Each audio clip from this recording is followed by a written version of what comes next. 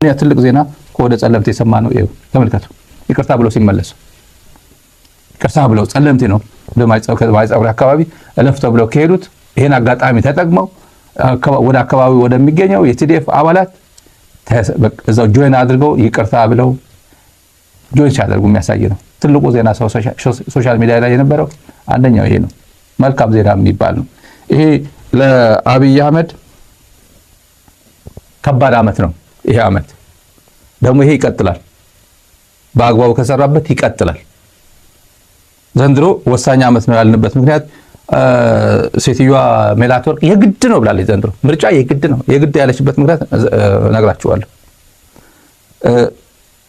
የዘንድሮ ምርጫ በጣም ከባድ የሚያደርገው እና ጦርነት የሚጋብዝ አመት የሚሆነው ምክንያቶች አሉት። አንደኛ ሰውየውን አብይ ባለፈው ለብልጽግና ባለስልጣናት ባለፈው ሲናገር እንደነበረ እኛ ቀዳዳ መፍጠር የለብንም፣ ምርጫ ያልተመረጠ መንግስት ነው እንድንባል የሚቀጥለው አመት እንድንባል አንፈልግም። ስለዚህ በየወረዳ በቀበሌ በመናምን ያላችሁ ተዘጋጁ፣ ፍትሃዊ፣ አሳታፊ፣ አስቻይ ኢንቫይሮንመንት አስቻይ የሆነ ሁኔታ መፍጠር አለባችሁ። ምርጫው ዲሞክራሲያዊ፣ ፍትሃዊ፣ ነፃ እንዲሆን ገለልተኛ እንዲሆን መስራት አለባችሁ። ይሄ በመላ ኢትዮጵያ የሚደረግ ምርጫ ማለት ነው። አብይ አህመድ የሚመራው መንግስት አስቻይ፣ ፍትሃዊ፣ ዲሞክራሲያዊ ምርጫ እንዲያካሂድ ነው እየነገረ ያለው። አለበለዚያ ግን ምርጫ ከተቋረጠ ይሄ መንግስት ይሄ በቃ ጊዜ ያለፈበት ነው፣ ህገወጥ መንግስት ነው እንድንባል ነው መባል የለብንምና መስራት አለባችሁ። ባለፈው እዚህ ሚዲያ ደጋግመን ያመጣነዋል። እቺ ንግግር ተከትላ ሜላትወርቅ የግድ ነው ዘንድሮ ምርጫ የግድ ነው አለች። ምክንያቱም ያለችበት ጉዳይ ነግራችኋል። እሷ የጠቀሰችው ምክንያት ሌላ ነው። ይሄንን የምንለው ዘንድሮ ከባድ ወሳኝ አመት ነው የምንለው አንደኛ ህወሓት ሰርቲፊኬት አልሰጠም ተብሏል በምርጫ ቦርድ። በፕሪቶሪያ ሰላም ስምምነት አላውቅህም ብሎታል ፌደራል መንግስት።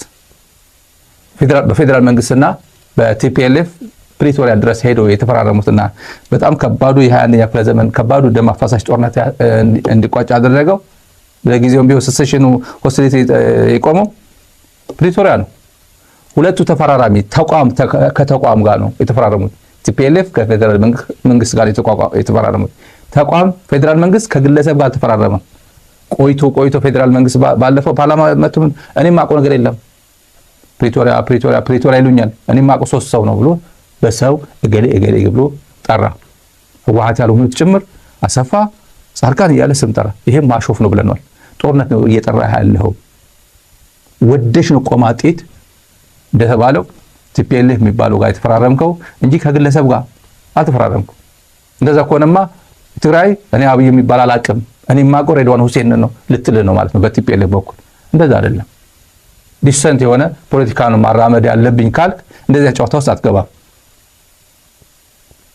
እና ህወሓት ሰርቲፊኬት የለውም ህወሓት የማይሳተፍበት የትግራይ ፖለቲካ አካሄዳለሁ ካልክ ትችላለህ ወይ? እመጣበታለሁ። አይቻልም። ትግራይ ምርጫ አካሄድም ይሄን እውቅና ሰጥተህ የህወሓት አይደለም ህወሓት ትግራይ ማሸነፍ አለማሸነፍ አይደለም። የፕሪቶሪያ ሰላም ስምምነት ግን ካልተገበርክ ትግራይ ምርጫ አካሄዳለሁ ማለት የሚቻል አይደለም። 100% መዝጋታችን እኔ ግን የሚቻል አይደለም። የፕሪቶሪያ ሰላም ስምምነት እምቢ ያለ አካል ስላለ ነው፣ አላቆም ያለ አካል ስላለ ነው። ይሄ ወዴት ሊያመራ ይችላል? ግልጽ ነው። ምርጫ አደርጋለሁ እያለ ነው አብይ አህመድ። ምርጫ አደርጋለሁ የሚለው ምን አድርገህ ነው? ህወሓትን ኤክስክሉድ አድርገህ ፕሪቶሪያን ኢግኖር አድርገህ ምዕራብ ትግራይን አልመልስም ብለህ ጸለምትን አልመልስም ብለህ ራያ በሪፈረንደም አደርጋለሁ ኮምፕሮማይዝ አደርገዋለሁ ምናምን ብለህ በእንደዚህ አይደረግም። እና ትግራይ ደግሞ ከዚህ ሴትዮዋም ያለችው ነገር አለ። ትግራይ ደግሞ በሩ ዝግ ሆነብኝ ብላለች ሜላትወርቅ። የትግራይ በር ለምርጫ ቦርድ ዝግ ነው። ወደ ወረደ ከፍታለሁ ካለ አቅም የለው። እከፍታለሁ ቢል እንኳን የለው አቅም የለው ማለት ይሄ ጉራ አይደለም። ጉራ አቅም የለው።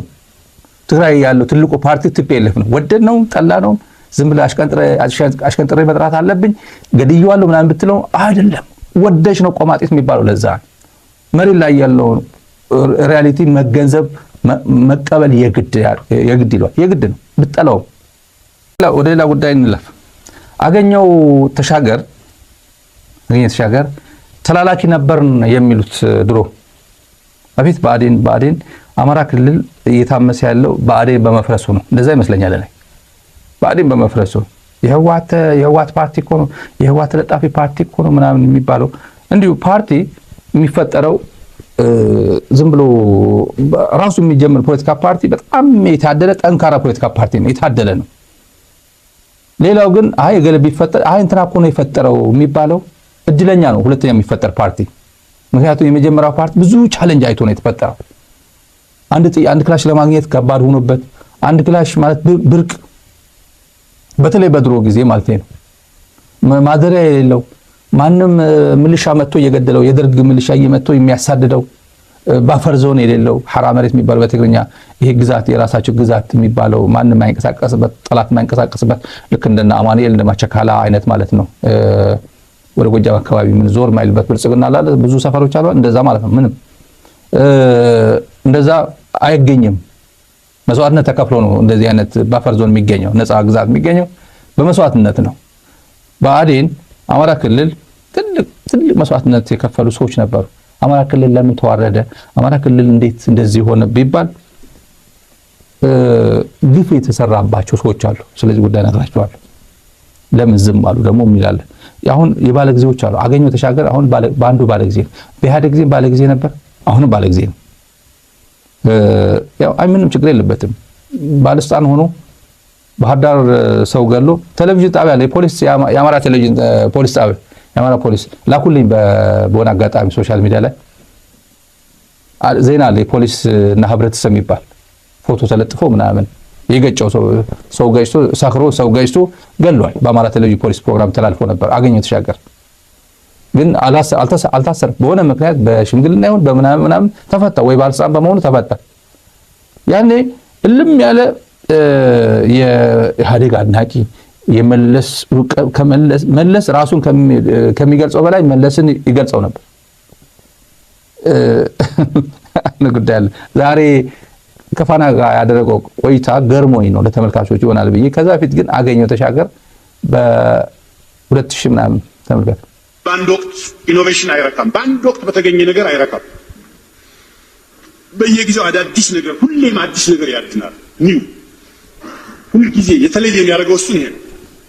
ብዙ ሰዓቱን ለማንበብ ይጠቀማል፣ ብዙ ሰዓቱን ለምርምር ይጠቀማል፣ ብዙ መጽሐፍትን አንብቧል። አጠቃላይ የህብረተሰብ ለውጥ ነው የሚታየው። መለስ በትንሽ ስራ በትንሽ ለውጦች የሚኮራራ መሪ አይደለም። ከሱ የምንማረው ወሳኝ ነገር ይሄ የመሪው ዓለም አቀፋዊና ሀገራዊ ፈተናዎችን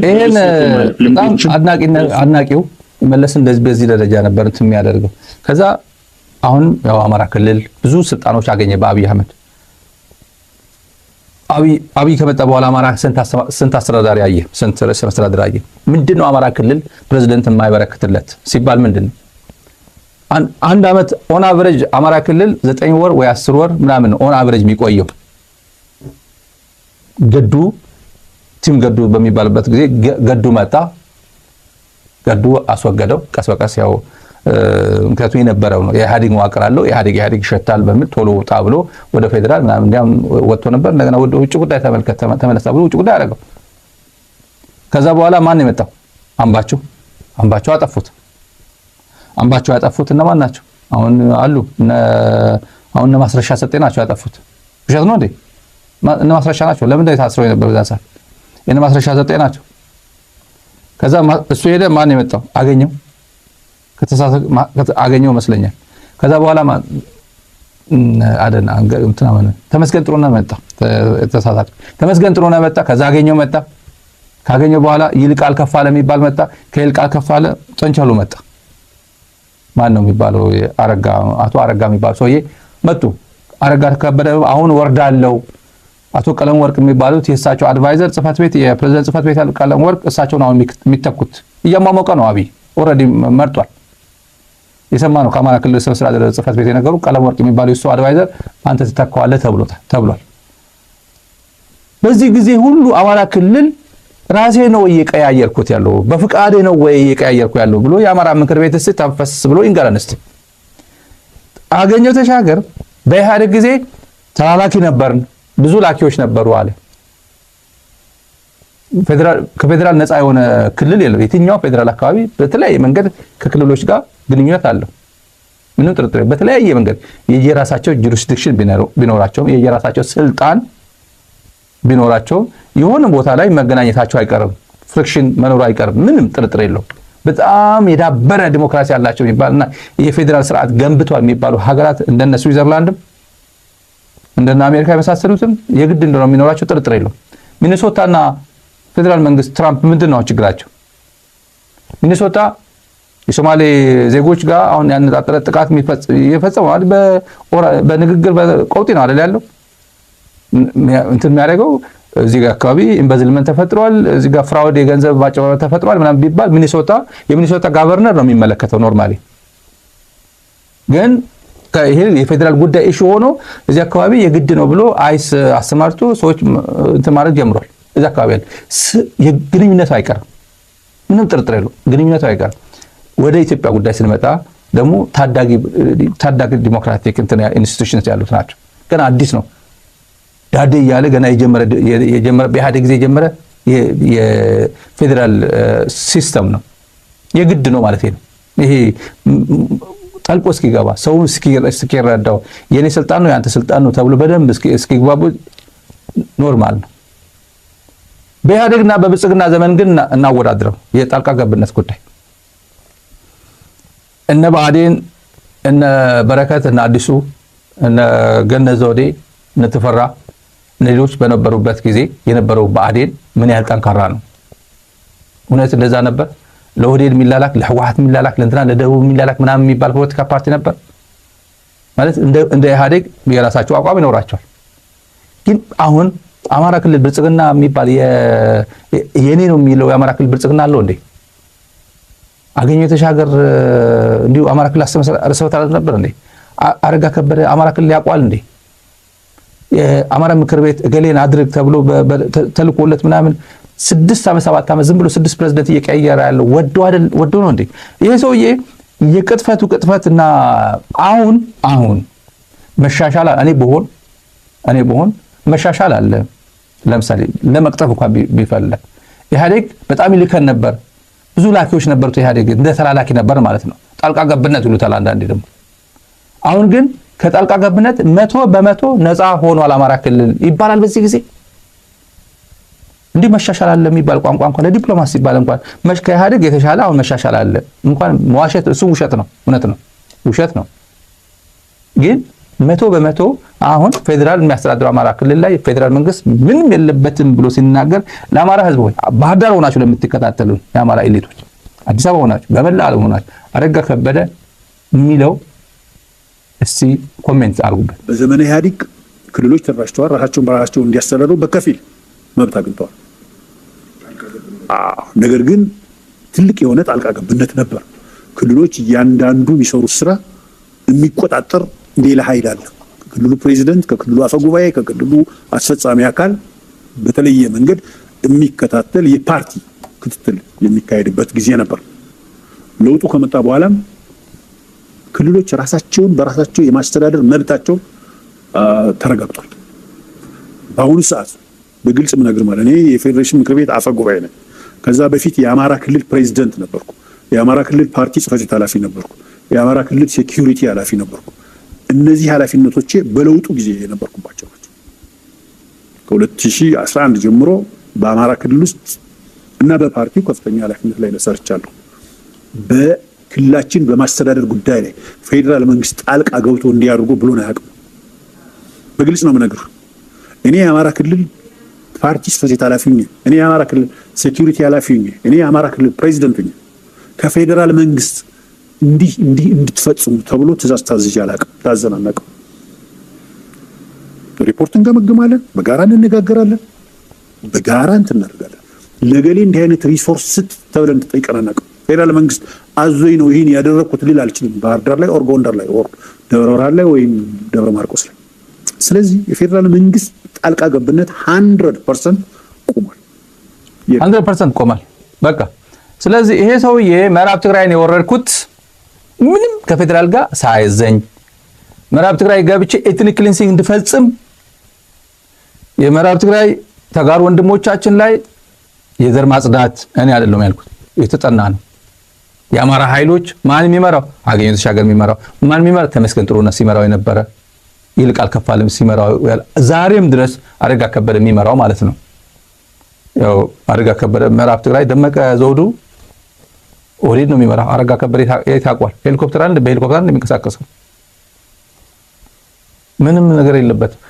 ከብርሃኑ ጁላ ጋር ምንድነው ያጣላቸው? ብርሃኑ ጁላና ደመቀ ዘውዱ ምንድን ናቸው? ካልሰማችሁ ብዬ ነው። ካልሰማችሁ ይሄ ጥንብ ብሎታል ብርሃኑ እንትና ይሄ ቋንቋ በጣም ጽያፍ ነው። ትላንት ቅማሎች ቅማላም ብሎ ሲሳደብ ጠቅላይ ሚኒስትሩ ያገረች ጠቅላይ ሚኒስትር ብዙ ሰው እንደዚህ ይባላል እንዴ? እንዲያውም ከፌስቡኩ ተሰርዟል። በረጋች ላይ ፌስቡኩ ላይ ተደርጎ ነበር፣ ሰረዙት።